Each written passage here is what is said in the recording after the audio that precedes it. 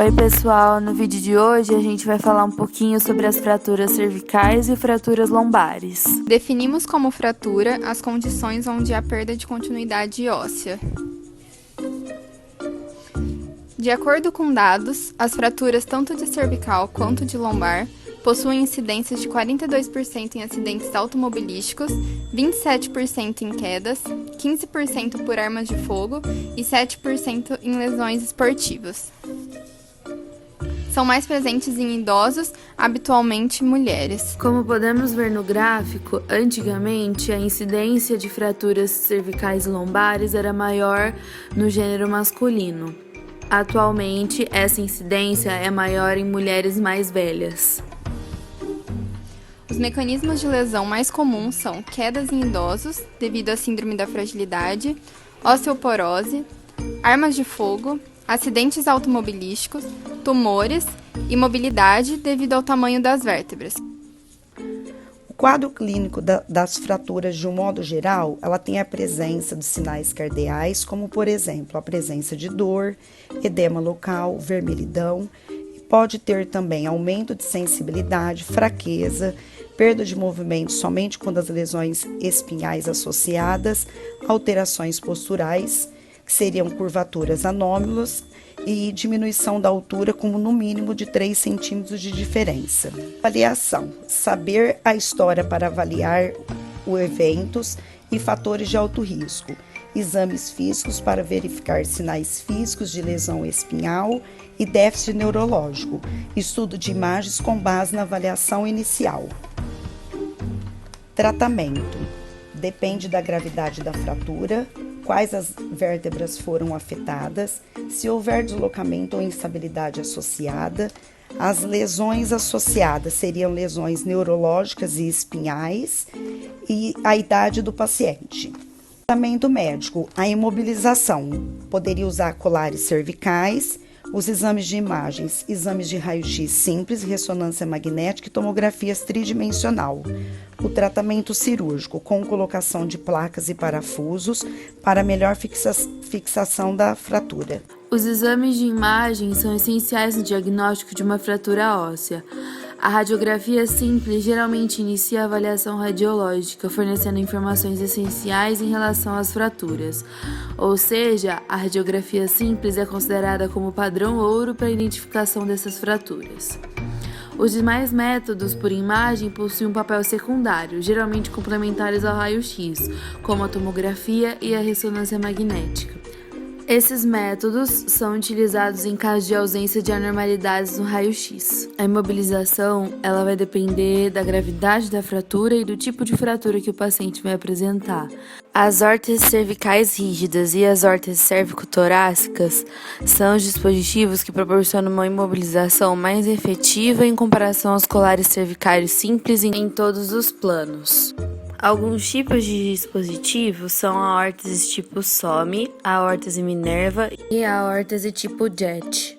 O tratamento cirúrgico das fraturas lombares e cervicais é dado pela colocação de placas dinâmicas e parafusos, artrodeses, e podendo ter como base uma consolidação primária ou secundária, promovendo uma boa fixação do foco de fratura. Agora nós vamos falar sobre as fraturas cervicais. A cervical é composta por 7 vértebras, sendo a C1 Atlas, C2 Axis, com formatos diferentes das outras vértebras, permitindo o encaixe em ambas. E a partir de C3, as vértebras têm o mesmo formato. O músculo platisma, ele é inervado pelo nervo facial e ele vai esticar a pele do pescoço. Já o esternocleidomastoide, ele é inervado pelo nervo acessório e pelo plexo cervical, fazendo a rotação e a flexão da cervical. O músculo longo da cabeça, ele é inervado pelos ramos do plexo cervical, fazendo flexão e rotação. Os escalenos, anterior, médio e posterior, são inervados pelos ramos do plexo cervical e braquial, também fazendo a inclinação cervical. O reto lateral, inervado pelo primeiro e segundo nervos cervicais, também permite a inclinação homolateral da cervical. O músculo reto anterior, ele é inervado pelos ramos do plexo cervical, fazendo flexão e inclinação da cervical. As artérias que passam pela região cervical é a artéria basilar, que vai se bifurcar formando a artéria vertebral. Na classificação, temos o tipo A, que é a força de compressão, sendo classificada em 3 subgrupos, que é A1, que é impacção, A2, reparação e A3, explosão. No tipo B, é a distração anterior e posterior, que se subdivide em 3 grupos também. Tipo B1, distensão grave, B2, lesão de estruturas ligamentares, com fraturas do corpo vertebral, e tipo B3, lesão das estruturas anteriores com força de distração anterior ou hiperextensão. E o tipo 3, que é de desvio rotacional e desalinhamento dos processos espinhosos, subdividindo em C1, fratura luxação unilateral, C2, luxação unilateral e C3, fratura de massa lateral. As complicações que podem ocorrer são deficiência neurológica espinal, comprometimento da qualidade de vida e morte. Os objetivos da reabilitação é restaurar a ADM em todos os planos, restaurar e manter força muscular dos músculos paracervicais e desenvolver flexibilidade cervical. Os exercícios de reabilitação são realizados de tais formas.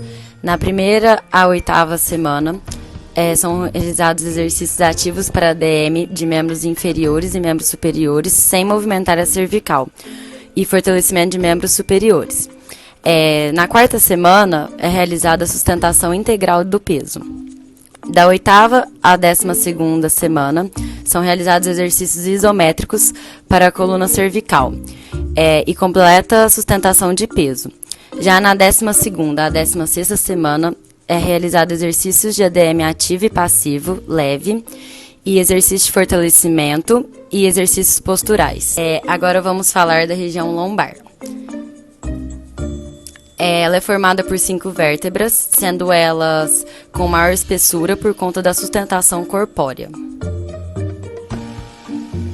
É formado pelos músculos oblíquo interno, que é inervado pelo nervo intercostais caudais e possui a função de flexão do tronco, gira o tórax para o lado ipsilateral, oblíquo externo, que é inervado pelos intercostais inferiores e possui a função de flexão do tronco e rotação. O reto do abdômen, que é inervado pelos intercostais e faz a flexão do tronco.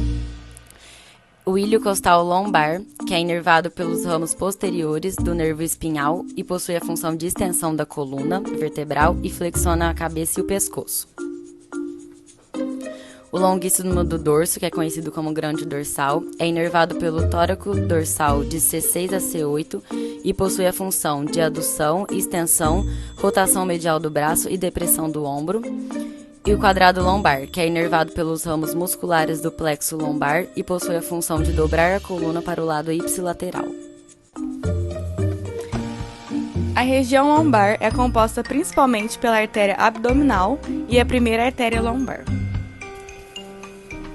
A classificação das fraturas na região lombar são do tipo A, compressão do corpo vertebral, tipo B, lesão dos elementos anterior e posterior por distração, e o tipo C, que é lesão dos elementos anterior e posterior por rotação.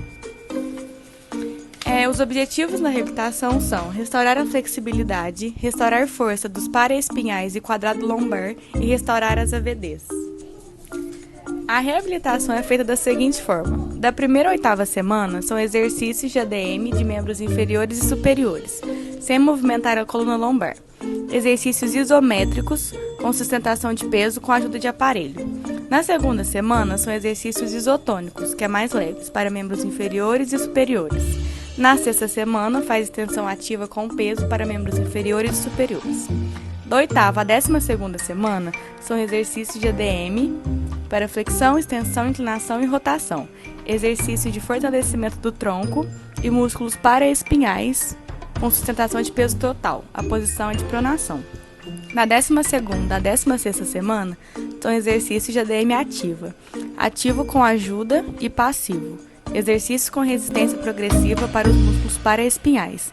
Treino de AVDs e sustentação integral do peso.